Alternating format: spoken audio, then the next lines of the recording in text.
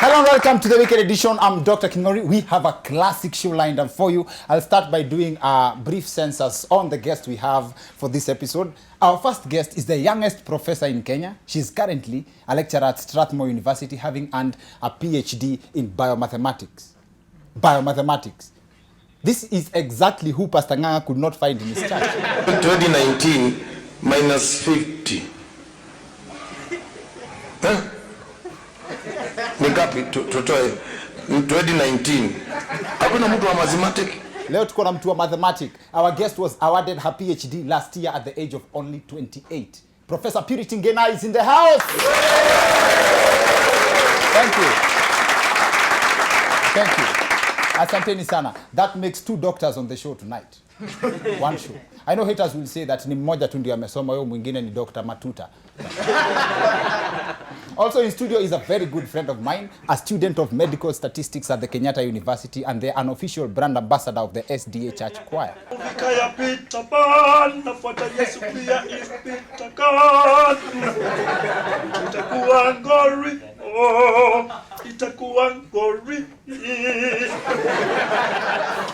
He is one of the funniest people I've been privileged to meet, and I'm excited that we have comedian YY in the house. Thank you. Asanteni sana. And that's not all. We are doing the show differently today. Our other guests are purely music to the ears. We are blessed to have in studio some of the finest voices to ever grace the airwaves. We have Maureen Kunga of Elani and Avril in the house.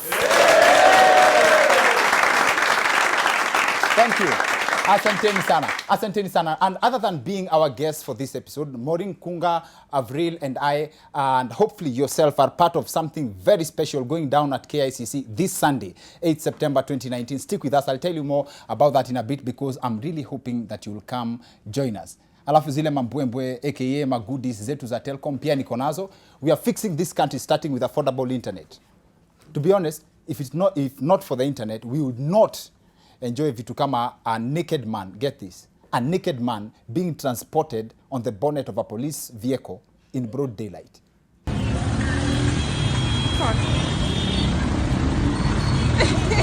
This video was posted on Twitter by, it was posted this week by @Acha Mishale. Haters have claimed that this is the first time wameona polisi wamebeba mtu even after ametoa kila kitu.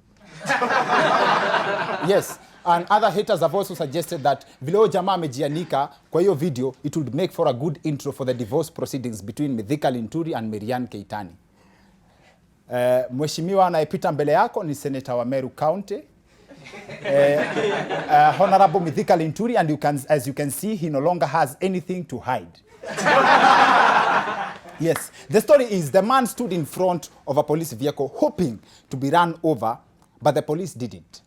But then come to think of it, if you got a call ati baba yako amebebwa na polisi, this will be the last thing on your mind.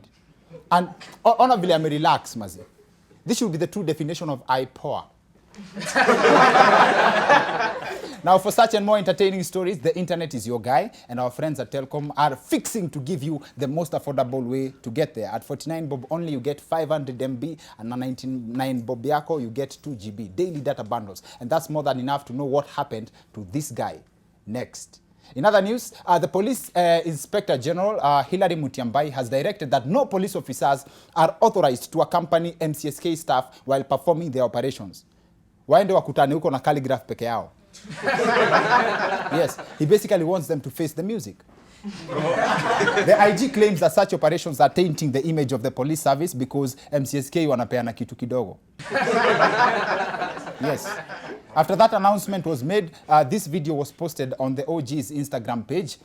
Now, for those who may not be in the know, MCSK was recently on the spot over the alleged embezzlement of musicians' royalties, and the saga is best described by this video of a thief in South Africa who was caught on live TV jumping out of someone's house with a laptop. Erikona la section B ivagelba akati kuta bursa na bona et magata ten solaba famba kat patekela sobana na fsit loko ba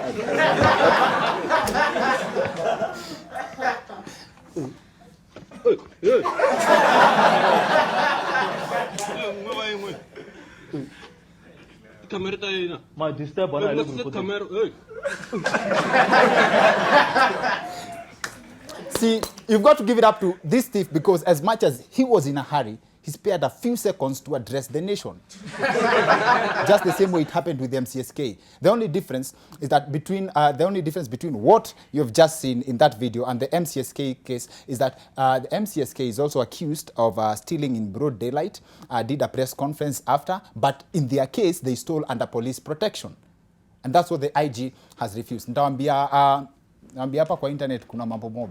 And our friends at Telkom, like I said, like I promised, we have winners. Wazile bundles nili promised last week. We have Vance DJ, Kolo Dabsi, wote ni wa Instagram. Facebook tuko na Joakim Gioche na Aisha Warda Kare.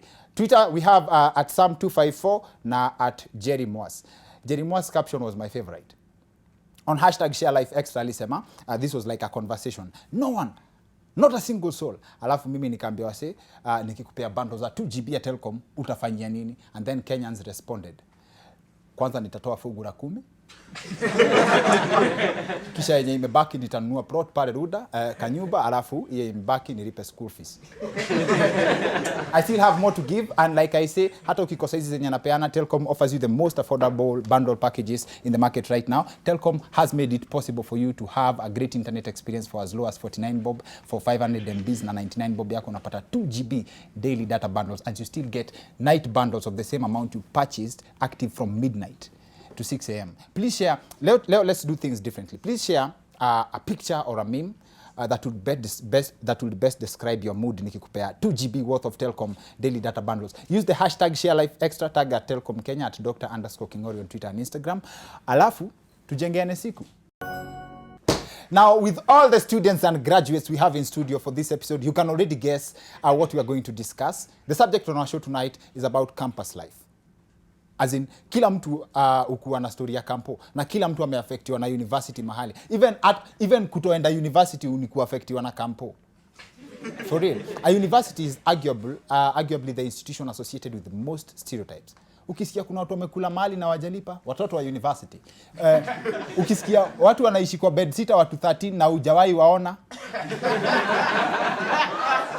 No, sorry. That's a correction.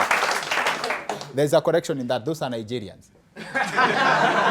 Yes, I almost confused between UON and the Technical University of Roysambu. Now you see, the local definition of a university ni kuteseka mingi na masomo kidogo. Hapo kwa kuteseka, Kenya as a country itself is a campus. Now Kenyans are presently divided over the importance of going to university. Politicians wanna scramble for university degrees to qualify to run for higher offices. Yet there's an outbreak of jobless graduates across the country.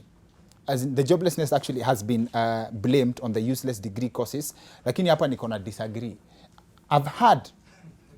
I've never heard of such extreme cases of unemployment in developed countries. According to bestlife.com, in fact, the US has universities like Cornell University in the US, which offers a degree course in tree climbing.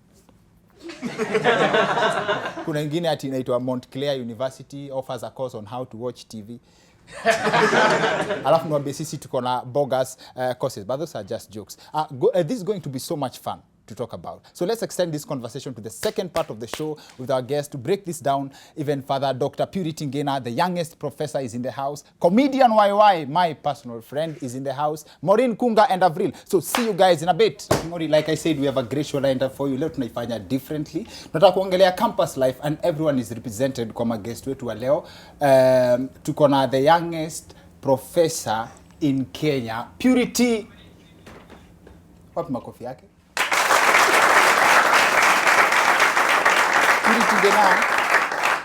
Purity Ngena amefanya PhD at 28, and she has some very, very wonderful insights as far as academics are concerned. But one of the things that imenikatch about story yake, she, in 6 years zenye alikuwa campus, she only went to the club once. Maisha yake yote ya campus. Once. My friend YY on the other end.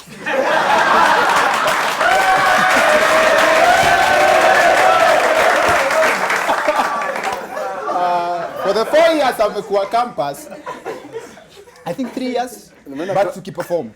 Mena class once.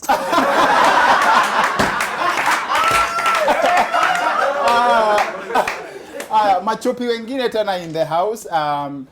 she's a lawyer. She's one of your favorite musicians. Actually, she's a musician from one of the favorite groups in Kenya. Maureen Kunga from Elani, ladies and gentlemen. Sawa. Now I introduce in no particular order. Sio order of najua mnaweza anza kukuwa na ideas. Also, in studio, here for the second time, Avril, ladies and gentlemen. Asanteni sana. And like I mentioned, Avril, Maureen and I took a part of a project yenye na go down this Sunday at KICC, Step for Safety Campaign. Naona vile Maureen ana represent pale. Tunaweza penda sana mkam. I'll give you the details on how you can attend if you want to as we progress on the show. But first of all, PhD maze. Karibu sana kwanza kwa show. Thank you. Karibu sana. Welcome. Naona vile ni corporate. Biomathematics. Yep. Yes. What are the types of mathematics? There's so many. You can be an applied mathematician where you can do fluid mechanic, you can do analysis like what I do in biomathematics, you can be a pure mathematician, and that involves a lot of proofs, a lot of lemma, theorems, and so on. Very important. You can be a statistician, and someone can be in finance. And of course, now finance can also be divided in many other lines. So mathematics is so wide. Sometimes when I tell people I am a mathematician, they think I know accounting. Yeah, so there's all that confusion. Mathematics is so wide. Some of my colleagues, I take time to understand what they are doing. YY is doing medical statistics at the Kenyatta University. He's been there for the past 12 years. How?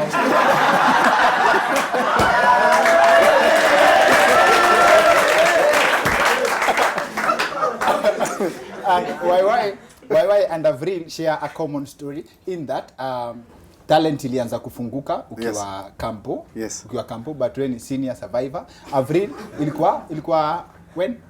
Second year, Second year. yeah, School of Architecture, Design Development, University of Nairobi.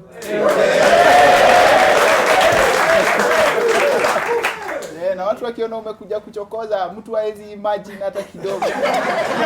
Atizo vitu zote. Maureen is a lawyer. Maureen, this year, over 60% students wamefail kwa Kenya School of Law. Admission to the bar. What does that say about our education system? No, first of all, that has been happening at Kenya School of Law forever. The pass rate is so low. It's always so low. So I don't even know why it has become a story this year. Because even in my year, I think maybe there were 1,200 students and I think 900 had to recite at least one paper. Lawyers fail that much. No, it's a hard exam. It's a very difficult exam. Afadhali mjitetee wasi, unajua at least rate ni kubaya sana.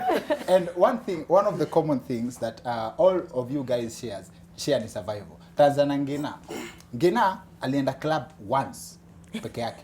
Alafu there is this common Ngina akona Mr. Right.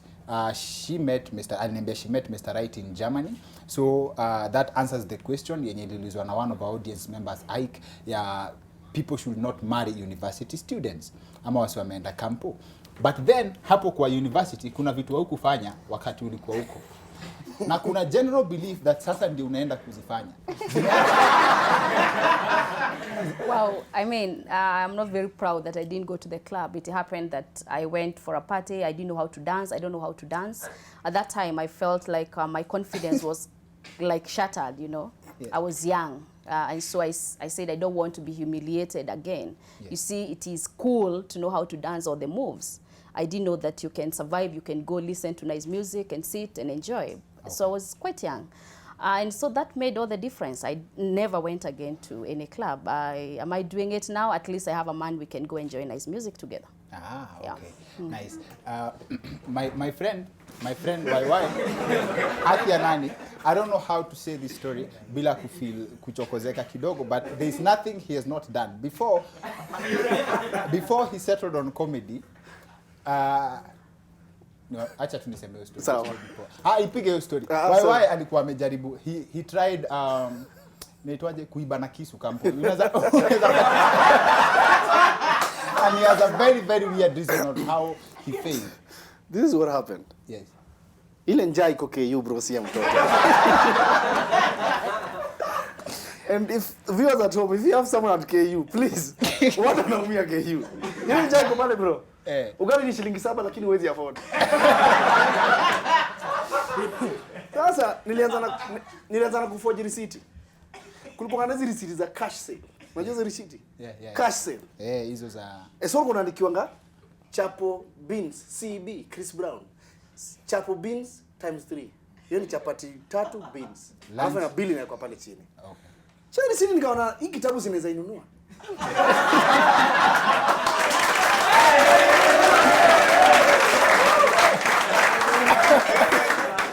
So mimi nikakuwa nakuja na receipt kani nishaandika. Unajua kuna time walikuwa na shift. Inakuwa na font, kuna yenye kuna font ya purple, ingine ya red. So I had to buy both of them. Sasa na purple, hii side ya red side. Kile ndio red wanapeana na ndio kwa counter. Yes. Mpaka siku nilishikwa. Siku ilifika. Tukaanza kuenda. Unajua kwanza by the time nilikuwa naanza kuforge receipt mpaka nikaingia gym. Juu food ni guarantee. Sasa mpango ikaata. Unajua kwangu ndio alikuwa ananisupport. Unajua? Na alikuwa ananitumianga 3,000. Yes. 3,000 muda ukienda ucheze pool mara 2 umekula imeisha. Kuna time zote katupiga siku fulani tukasema tungojange watu wamesoma, watu wametoka kusoma saa 8 ya usiku. Na visu tu vizuri tu threaten lakini tusiwafanyie kitu. Tuko tu watu wazuri. Let's be good thieves. Tuko ma role model. So saa 9 usiku tunachukua visu, kila mtu anaingiza kisu hapa. Asubuhi unajua kisu ni baridi buda. Kwanza ni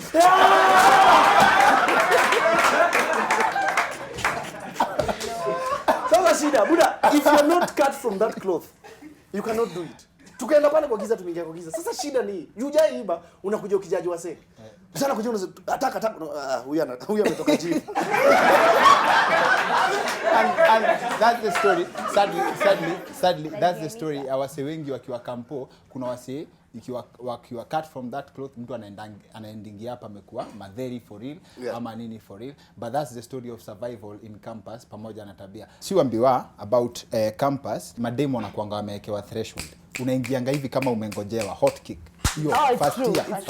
There was a name. Aki in law school, there was a name. I can't even remember what it was. No, there was like a legal name. I just can't remember. Yeah, lawyers. Like it was based on being a lawyer. I can't remember what the word was. I'm a habit. There was a name. Wow. I'm just guessing. No, I can't remember what the name was, but there was a name. And how do you survive that? Ukuje ukuwe an upright student after that, owing to the fact that wasi wanasema usiowe demu wa kampo, kuna a certain connotation about it. It's true. Well, okay. I think sometimes you just have to, maybe like Avril, you see, when I was on campus, yes, Elani had started, so there's something to do. When you're busy, you don't find yourself in these circumstances you shouldn't be in. Fongena, your story is also different. You are technically an SI unit, your academic excellence. Kuna story yako, you scored 235 marks in KCP. That was roughly like the net worth ya YY akiwa KU. But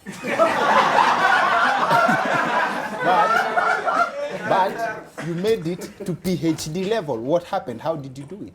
Of course, I was given a second chance. When I got 235 marks, my mom insisted that I had to go back and repeat. Yes. So I repeated in the same school, the same circumstances. I got 369. So within a year, with 2002, 235, 2003, 369. And of course, what changes me is my mindset. Of course, I come from a family that was poor, and my brother had not been taken to high school.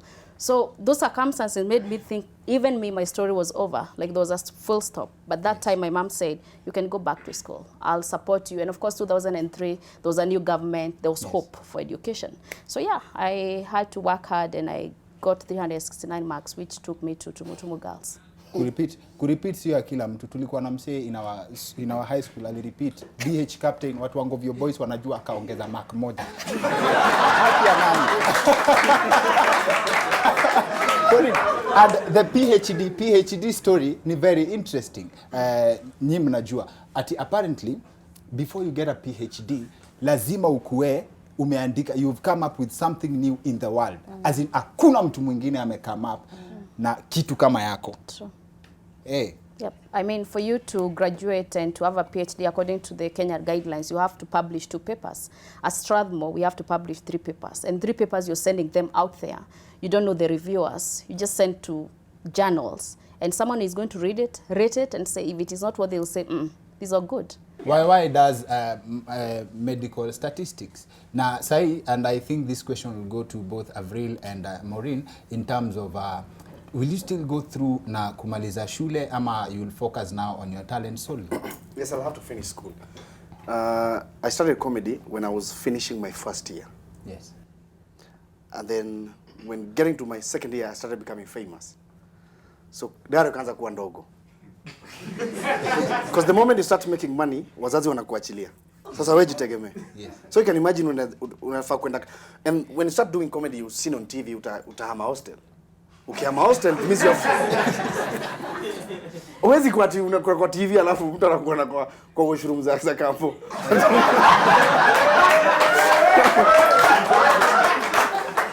Ama umeng'ang'ana na coil, unaget? So lazima uhame. Lifestyle ina change. The moment you upgrade, wanasemanga your next level requires a different you. You get to your next level but you're still in school. It is very hard kuwa able kulipa rent kama unaendanga classes diligently. Atuwe ni kuattend. Una-attend 2 classes but unalipa rent. So you have to start making money. When you start making money, you will focus more on your lifestyle and your well-being. So since then nimekuwa nikifanya semester moja na pumzika miaka 3. But the good thing, so sasa inafanya naingia sema yangu ya mwisho. After nipumzike milele. Congratulations are in order, but at least wewe in your case we know kama comedy inge work tunajua ni nini ungekuwa unadu. Avril, have you ever found yourself in a position yenye una need to balance between the books na I have my degree. I didn't go the YY route. I stuck it through. Yes. Me ilitumia coil. Hata kama msanii goes, chokoza. I was like, no, I'm going to stick it. I think that's the difference between guys and chicks. Yes. Ladies are able to just say, you know what? No, let's just a guy kishapata pesa kidogo. Why? lazima Mimi siwezi pika na coil. So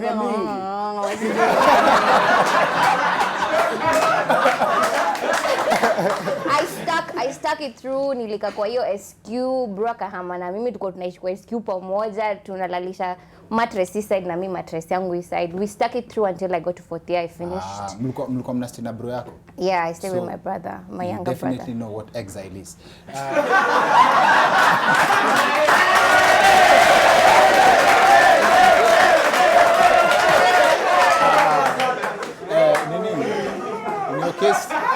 In your case, ni friendly fire. Maureen, wewe with the success of Elani, do you still apply your law degree in anything? I do. So I was in Kenya School of Law when Elani songs were starting to come out. Yes. And I had always wanted to do something in school that will still allow me to be a musician or at least be in the music area. So I do a lot of education on copyright and IP law, particularly to musicians, because now I heard you talk about the thing about MCSK. There are so many artists who don't know what their rights are, don't know how to follow through, what to do if you've been conned, if your contract is not right. So I teach a lot.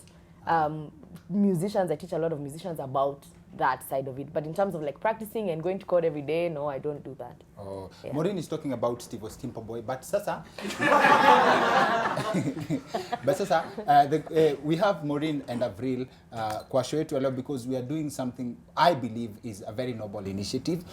Kuna the step for safety campaign yenye tumekuwa tunafanya for the past 1 year. The last September tulienda KICC, watu wakatembea 10 kilometer walk, 5 kilometer walk, and we've been talking about the Luku Luku campaign yenye tuna come together to contribute towards the welfare of refugees in our country. And Avril, personally, you had a very, as in your motivation to be part of this project comes from a personal experience.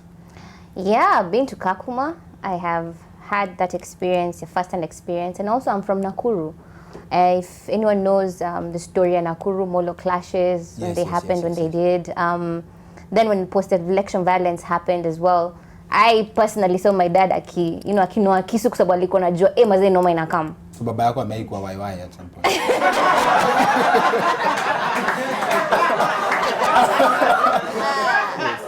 Yeah, from that experience, I've also always had that notion in my head that we are so close to actually, be victims of something that is warranted to us through leadership, through talking. We have refugees living here. Listen to their stories.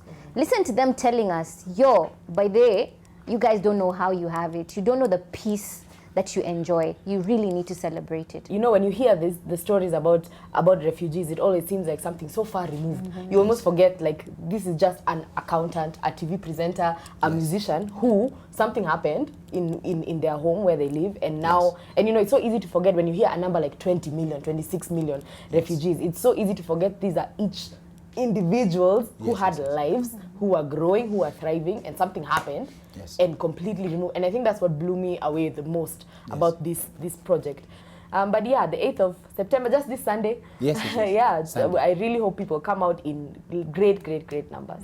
I really hope you can make it. The participation ni rahisi sana, and if you cannot make it, you're probably out of Nairobi, because this show unajua tuko na mafans wengi sana na wenye wana watch show. You can support with anything you have. M-Pesa numbers ndio hizi hapa. The paybill number is 329378. Account number weka Wicked Edition, enda kwa M-Pesa, send kitu yote uko na, hata kama ni 10 bob utakuwa umesaidia kwa life ya msee, because there is power in numbers. Kila msee anawatch show sahi akisend hata kama ni 10 bob kwa the details zenye ziko hapa, it's a win. Alafu if you want to show up kesho, I have 15 t-shirts to give to wale watu wanaoch kutoka home, and 15 t-shirts for our audience hapa ndani. Hizo ni zenye tumepewa na UNHCR from our previous contribution. And if you want to, actually if you would wish to buy, which I would encourage you very much, a t-shirt goes for 1,500 shillings only, 1,500 bob. And you can send your M-Pesa kwa hii number, alafu you can show up kwa pale KICC on Monday mapema, get t-shirt yako na kit ya kutembea. Wewe uko na pesa sahi, unakam? Sunday. Basi. Hiyo ni spirit poa sana. Wale wasi wana watch from home, please share with us your experiences, lessons learned in campus, outside the classroom. Use hashtag the Wicked Edition. Alafu wale wasi wanateseka kama YY, na wale wasi pia, okay, other than kuteseka, wale wasi wana respect a bargain, wale wasi wanajua it's important to save, wale wasi wanajua every coin means something. Telcom wako na deal poa kwenu. Najua wale wasi wa mtandao, wasiwa usiku sako, vile nimesema, by the time and again, Telcom has the most affordable bundle packages in the market right now. 49 bob uko na 500 MB, 99 bob uko na 2 GB, 99 bob. That's the same amount of money YY aliuza simu juu alikuwa amekata 2,000 in advance. You kuuma zingine.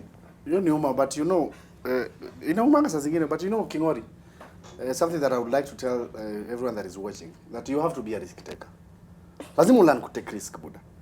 Unaona hii time, kama hii time nilikuwa naiba marisiti nikakula kama miezi 3 na sishikwi. Si Mungu ndio provide food. Na si nilikuwa nakula. Unaget?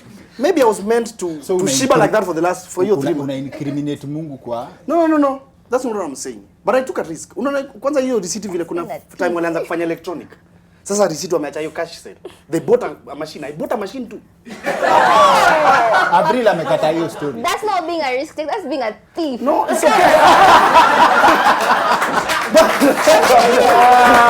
Oh my God. No. Okay, this one I'm not advising people to steal.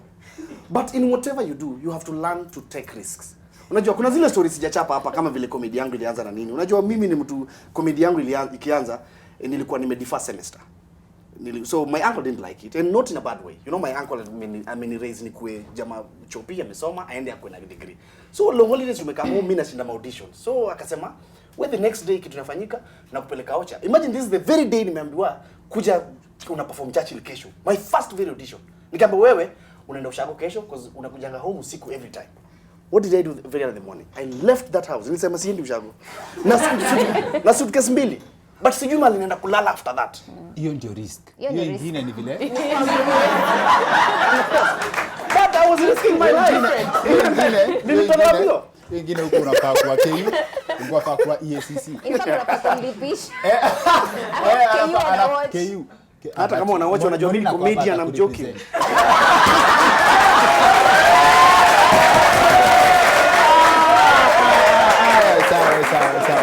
Sawa.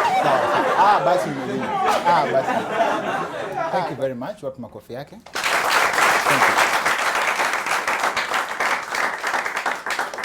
On my side, I believe that has been a classic show. Thank you for joining us. Thank you for tuning in. Wapi makofi ya guest wetu wa leo. Asanteni sana for joining us tonight. That's it for the weekend edition. See you next week. My name is Dr. Kimori.